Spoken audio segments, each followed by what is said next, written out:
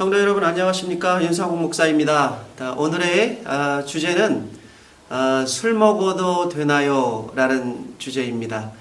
성경 공부를 할 때나 신방을 할 때 흔히 듣게 되는 질문이 다음과 같은 질문입니다. 목사님, 성경에는 술 취하지 말라고 했지 먹지 말라는 말은 안 했잖아요. 바울도 디모데에게 병을 위해서 포도주를 좀 쓰라고 이야기를 했고, 예수님도 가나의 혼인잔치에 포도주를 드시지 않았습니까?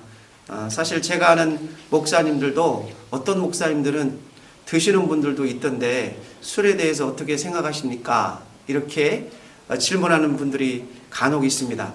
이런 비슷한 질문을 오래전에 한 청년에게서 받은 적이 있습니다. 오래전 제가 부사역자로 청년부사역을 할 때에 한 청년이 저에게 다가와가지고 심각한 표정으로 상담을 요청한 적이 있습니다. 그 청년의 고민인 즉슨 회사 생활을 하면서 가끔 동료들과 함께 회식 자리에 가면은 동료들이 꼭 술을 권한다는 것입니다. 자신은 신앙인으로서 먹지 않는 것이 옳다고 생각해서 받아만 놓고는 먹지 않지만 또 매번 반복되는 회식 자리에서 계속 거부할 수도 없고 난감할 때가 많고 어떻게 해야 할지 고민이 된다는 질문이었습니다. 저는 그 청년의 질문에 다음과 같은 이야기를 해 주었습니다. 자, 너는 하나님을 영접한 구원받은 그리스도인이 맞지? 그 청년이 대답을 합니다. 예, 저는 예수님을 저의 구세주와 주인으로 영접한 구원받은 자녀입니다. 그렇다면 하나님 너에게 분명히 말씀하실 것을 나는 믿는다. 지금부터 그리스도인인 너에게 주시는 4가지 하나님의 마음을 잘 듣고 그 중에 너를 향해서 원하시는 것이 무엇인지 생각을 해봐라. 그리고는 저는 그에게 모든 그리스도인들이 행동하기 전에 생각해 봐야 할 4가지 기준을 하나님의 말씀에 마음을 알려주었습니다. 그리스도인들이 어떤 일을 할 때에는 이 4가지 기준이 필요합니다. 첫 번째는 하나님이 기뻐하신다. 두 번째는 하나님이 너의 생각과 판단을 존중하신다. 세 번째는 하나님이 기뻐하지 않으신다. 네 번째는 하나님이 슬퍼하시고 통탄해 하신다. 제가 그 청년에게 이야기를 했습니다. 내가 아는 한 너는 신실한 그리스도인이기 때문에 네가 기도하면은 네 안에 계신 하나님께서 진실함으로 기도하는 너의 마음을 아시고 분명히 너의 마음속에 계신 하나님께서 말씀해 주실 것이다. 이 4가지 기준 가운데 너에게 원하는 게 너에게 원하시는 하나님의 마음이 무엇이겠느냐. 만약 목사님 자신을 한번 생각해 본다면 성도들이 나를 힘들게 한다고 해서 나를 어렵게 하고 그렇게 한다고 해서 아무도 보지 않는 포장마차에 가가지고 술 마시고 막 목회는 힘든 것이야. 정말 힘들어. 성도들 때문에 힘드네. 이러면서 포장마차에 가서 술을 마시고 있다면 하나님이 목사님에게 어떤 마음으로 말씀하실까? 나의 대답은 분명하다. 하나님이 통탄해 하신다. 4번째이지. 왜냐하면 하나님께서 나를 그렇게 목회자로 만들기 위해서 어떻게 훈련하셨는지 나는 너무나 잘 알고 있기 때문에, 그리고 그 하나님의 마음을 분명히 알고 있기 때문이지. 그러나 나에게 말씀하시는 것이 너에게 말씀하시는 것과 반드시 같다고 생각하지는 않는다. 지금 너에게 너의 마음속에 하나님 뭐라고 말씀하시는지 그 대답을 듣는 것, 그것이 중요해. 그래서 집에 가서 곰곰이 기도하면서 이 4가지 중에 네가 고민하는 그 부분에 대해서 하나님이 뭐라고 말씀하시는지를 한번 들어보거라. 제가 그렇게 이야기를 했습니다. 이후에 잡힌 약속이 있어서 제가 바로 그 자리를 떠났지만 그 청년에게 더 이야기해주고 싶었던 부분이 있었습니다. 그것은 뭐냐?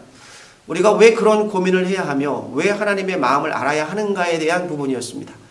그것은 우리의 행동이 복음을 전하는 데 있어서 거침이 되는지를 보는 것이죠. 이것의 좋은 예로 성경에서 사도 바울이 이야기한 우상 제물에 대한 기준을 예를 들을 수 있겠습니다.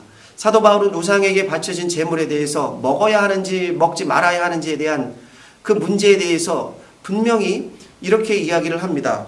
고린도전서 10장 23절부터 28절에 있는 말씀까지 제가 한번 봉독하겠습니다. 모든 것이 가나 모든 것이 유익한 것이 아니요 모든 것이 가나 모든 것이 덕을 세우는 것이 아니니 누구든지 자기의 유익을 구하지 말고 남의 유익을 구하라. 무릇 시장에서 파는 것은 양심을 위하여 묻지 말고 먹으라. 이는 땅과 거기 충만한 것이 주의 것입니다. 불신자 중 누가 너희를 청할 때 너희가 가고자 하거든 너희 앞에 차려놓은 것은 무엇이든지 양심을 위하여 묻지 말고 먹으라. 누가 너희에게 이것을 재물이라 말하거든 알게 한 자와 그 양심을 위하여 먹지 말라. 자, 이 말의 의미는 무엇입니까? 기본적으로 이 말은 모든 그리스도인들이 먹고 마시는 것에 제약받을 것이 없다는 것입니다. 그러나 그것이 누구에게든지 덕이 되지 못하거나 그것으로 말미암아 실족하게 되는 경우라면 우리의 자유를 포기하는 것이 옳다는 것이죠.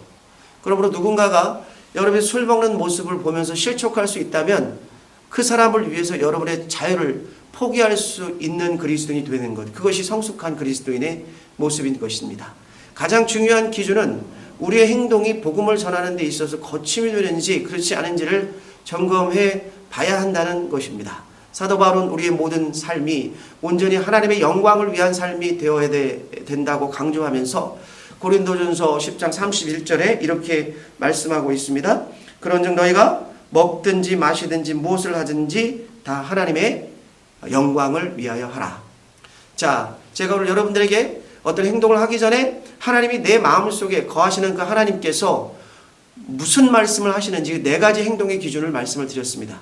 오늘 여러분들에게 말씀하시는 하나님의 마음은 무엇입니까? 오늘 기도하시고 그 하나님 말씀을 잘 듣고 그리고 하나님께 영광을 돌리시는 여러분의 삶이 되시기를 주님의 이름으로 간절히 축복하고 축원합니다. 추운 일기가 계속되고 있습니다. 여러분 감기 조심하시고 특별히 코로나 조심하시기 바랍니다. 사랑합니다. 축복합니다.